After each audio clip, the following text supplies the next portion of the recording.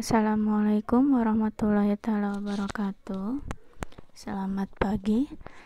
Semoga kalian hari ini tetap sehat dan selalu dalam lindungan Allah Subhanahu wa Ta'ala. Oke.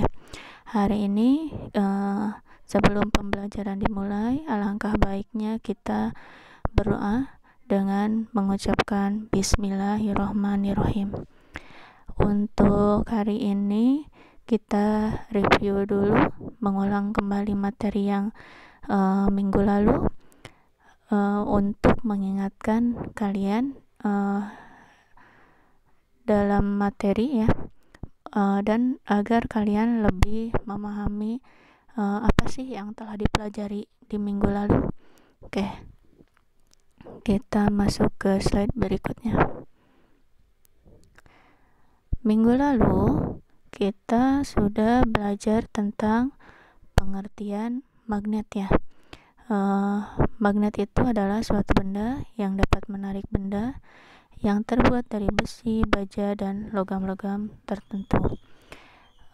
Kemudian kemarin itu sempat dibahas tentang asal mula magnet itu dari mana ya.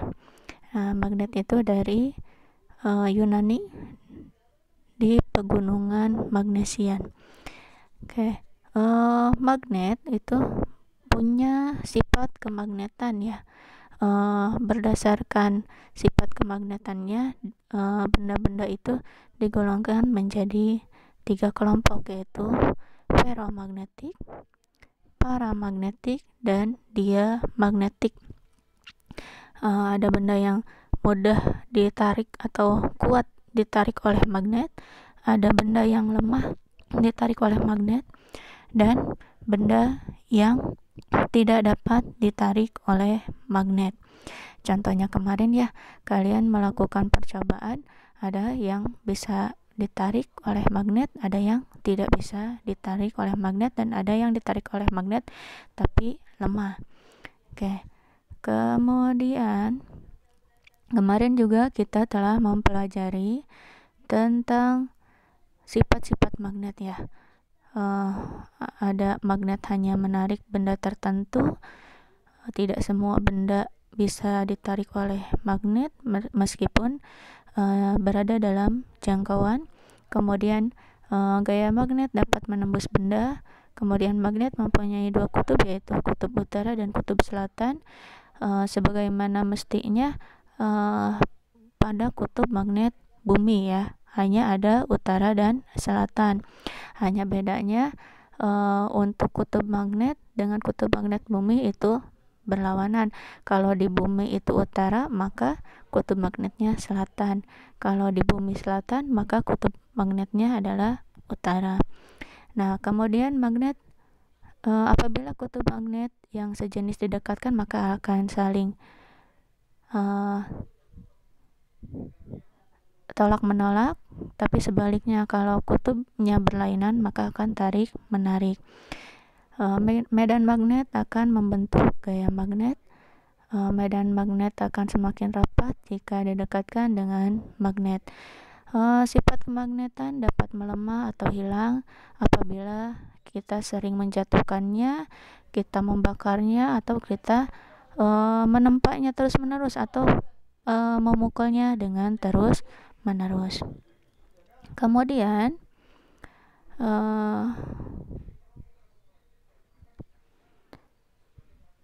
cara membuat magnet ada 3 ya, seperti yang telah kita praktekkan kemarin. Yang pertama yaitu menggosok magnet. Dengan cara menggosok ini harus satu arah ya. Kalau kita menggosoknya ke arah depan ya semuanya ke arah depan. Maksudnya misalkan ada paku, kita gosokkan dengan magnet. Nah, paku tadi harus kita gosokkan searah. Kalau ke depan semua, terus menerus berulang kali. Kalau ke belakang ya ke belakang terus menerus. Yang kedua yaitu induksi magnet, yaitu mendekatkan bahan ferromagnetik dengan magnet. Misalkan paku kita dekatkan dengan lama ya, kemudian makin lama maka si paku tadi bisa memiliki sifat kemagnetan. Nah, kemudian yang ketiga, mengalirkan arus listrik. Yang kemarin yang sudah kalian lakukan yaitu tentang percobaan induksi elektromagnetik, yaitu mengalirkan arus listrik ke benda bahan ferromagnetik. Kemarin kalian melakukan percobaannya yaitu dengan sumber arus listriknya berupa batu baterai, kemudian penghantar arus listriknya yaitu dari kabel ya, kemudian kabelnya dililitkan pada bahan ferromagnetik, paramagnetik, dan diamagnetik. Nah, ternyata pada bahan ferromagnetik ketika dialirkan arus listrik dengan jumlah lilitan yang berbeda bisa menghasilkan kemagnetan ya, bisa menarik benda yang bersifat ferromagnetik. Nah, kemudian kemarin intinya ada yang terbuat dari bahan diamagnetik ya.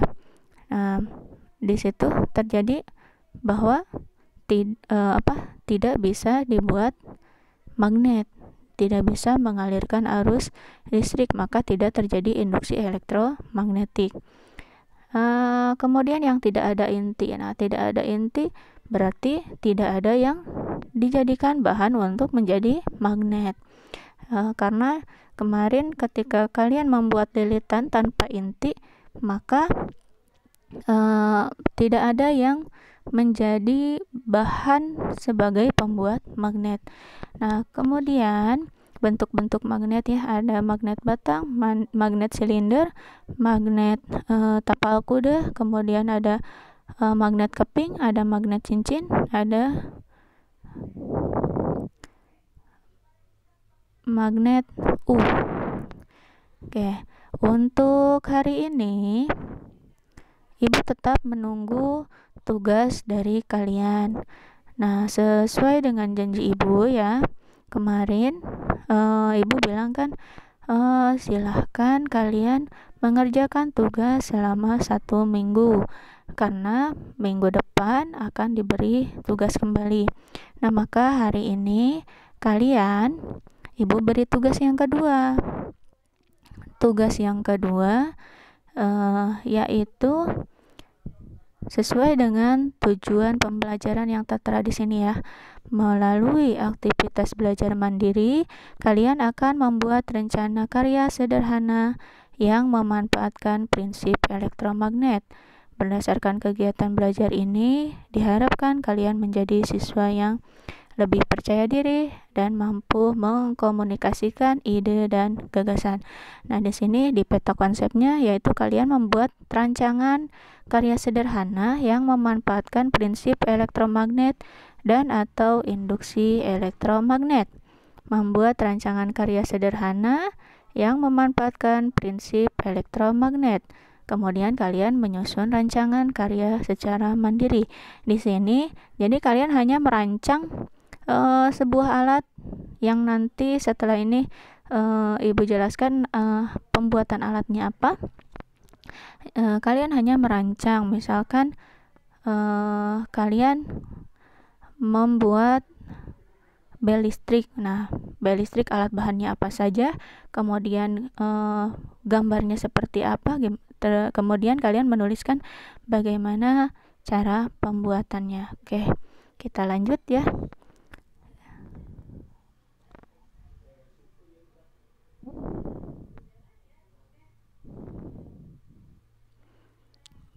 Oke, aktivitas pembelajarannya. Sebelum aktivitas belajar dimulai, terlebih dahulu marilah kita berdoa. Tadi sudah ya, kita sudah berdoa. Bisa dilanjutkan berdoa dengan Robbi zidni ilman warzuqni fahman, agar kalian lebih diberi kemudahan untuk menerima ilmu. Senang sekali mengetahui kalian tetap bersemangat melakukan proses belajar. Semoga benar-benar masih semangat meskipun terus PJJ karena masa pandemi masih belum berakhir. kita wajib bersyukur kepada Allah Subhanahu wa Ta'ala atas segala nikmat yang Allah berikan. Kemudian jangan lupa menjaga kesehatan karena wabah masih mengincar kalian. Tetap mencuci tangan, menggunakan sabun, dan jangan lupa jika bepergian menggunakan masker. Oke. Apa sih tugas hari ini? Tugas hari ini kita lihat dulu kasusnya apa. Nah, di sini ada kasus keluarga baru memiliki rumah yang cukup luas dengan banyak ruangan. Ketika ada tamu yang mengetuk pintu, sering tidak terdengar dan menganggap rumah dalam keadaan kosong. Banu kemudian berpikir membuat bel listrik yang bisa memberi informasi jika ada tamu.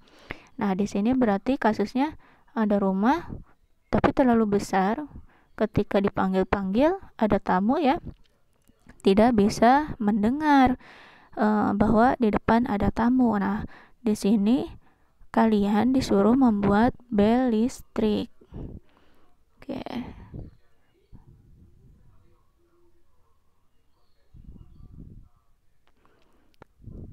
Nah, dalam pembelajaran kali ini, bantulah Banu untuk merancang bel listrik yang bisa digunakan di rumah Banu. Kalian dapat menerapkan prinsip induksi elektromagnetik yang sudah dipelajari sebelumnya. Mulailah dengan merencanakan dan merancang desain produk sesuai dengan format rancangan yang tersedia. Untuk melengkapi datanya, kalian dapat melakukan telaah pustaka dan menggali informasi di internet. Nah, silahkan kalian cari di internet mengenai pembuatan bel listrik sederhana ya. Nah, kalian menuliskan tujuan dari dibuatnya rancangan karya kalian ini, apa tujuannya ya. Kemudian setelah tujuannya dituliskan, kalian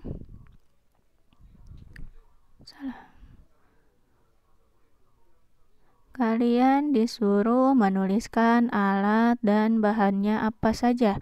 Nah, tuliskan alat bahan pembuatan bel listrik ini apa saja ya. Alatnya apa, bahannya apa saja. Oke, yang selanjutnya prinsip kerja dan desain alat. Nah, di sini kalian menuliskan prinsip kerja dari bel listrik tadi. Gimana prinsip kerjanya? Kemudian kalian mendesain alatnya ya. Desain alatnya boleh kalian mengambil gambar di internet, gambar rancangan dari si bel listrik tadi yang akan kalian buat. Nah, kemudian kalian menuliskan bagaimana tahapan-tahapan cara membuat bel listrik tadi ya. Boleh kalian tampilkan juga gambar desain alatnya. Oke, ini kalian hanya menuliskan tadi pertama tujuan dibuatnya bel listrik apa. Kemudian yang kedua disuruh menuliskan alat bahan ya. Kemudian yang ketiga kalian disuruh untuk menggambarkan bagaimana desain rancangan bel listriknya. Dan yang terakhir kalian disuruh menuliskan tahapan-tahapan atau cara pembuatan bel listrik. Nah, tetap terakhir kalian videokan dengan cara mempresentasikan ya. Mempresentasikan tadi alat bahannya apa, tujuan dibuatnya bel listriknya apa, kemudian menampilkan gambar bel listriknya, dan kalian menyebutkan tahapan-tahapan dari pembuatan bel listrik. Tapi tidak perlu dibuat bel listriknya ya, hanya mempresentasikan rancangan dari bel listriknya. Oke, ini Ibu tunggu pengerjaannya dalam waktu 3 hari, karena hanya kalian istilahnya hanya mengcopy paste rancangan alat, karena banyak sekali ya di internet itu bagaimana cara pembuatan bel listrik ya. Nah, silahkan kalian buat videonya dalam waktu 3 hari seperti biasa, masukkan ke Google Classroom. Nanti Google Classroom-nya ya akan dibuat ulang, karena kami para guru diberi akun guru belajar yang baru ya, berupa email dan terhubung langsung ke Google Classroom. Maka Google Classroom-nya akan berubah, bukan yang kemarin. Nanti Ibu bagikan Google Classroom-nya.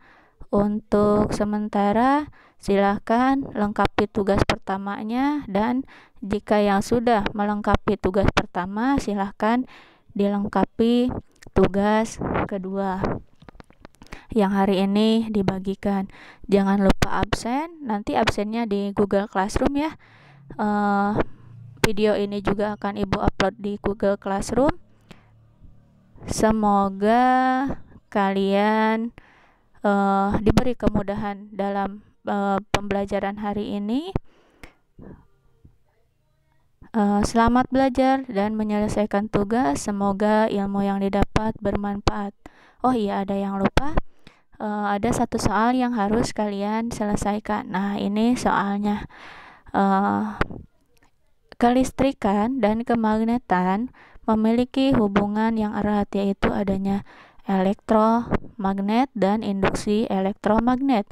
Berdasarkan pengalaman belajar kalian, coba uraikan hubungan antara listrik dan magnet. Nah, kalian disuruh mencari hubungan antara listrik dan magnet. Apa sih hubungannya? Kenapa sih kok dengan kelistrikan bisa menghasilkan magnet? Nah, itu ya. Coba kalian cari tahu. Oke, selamat bekerja. Selamat belajar. Wassalamualaikum warahmatullahi taala wabarakatuh.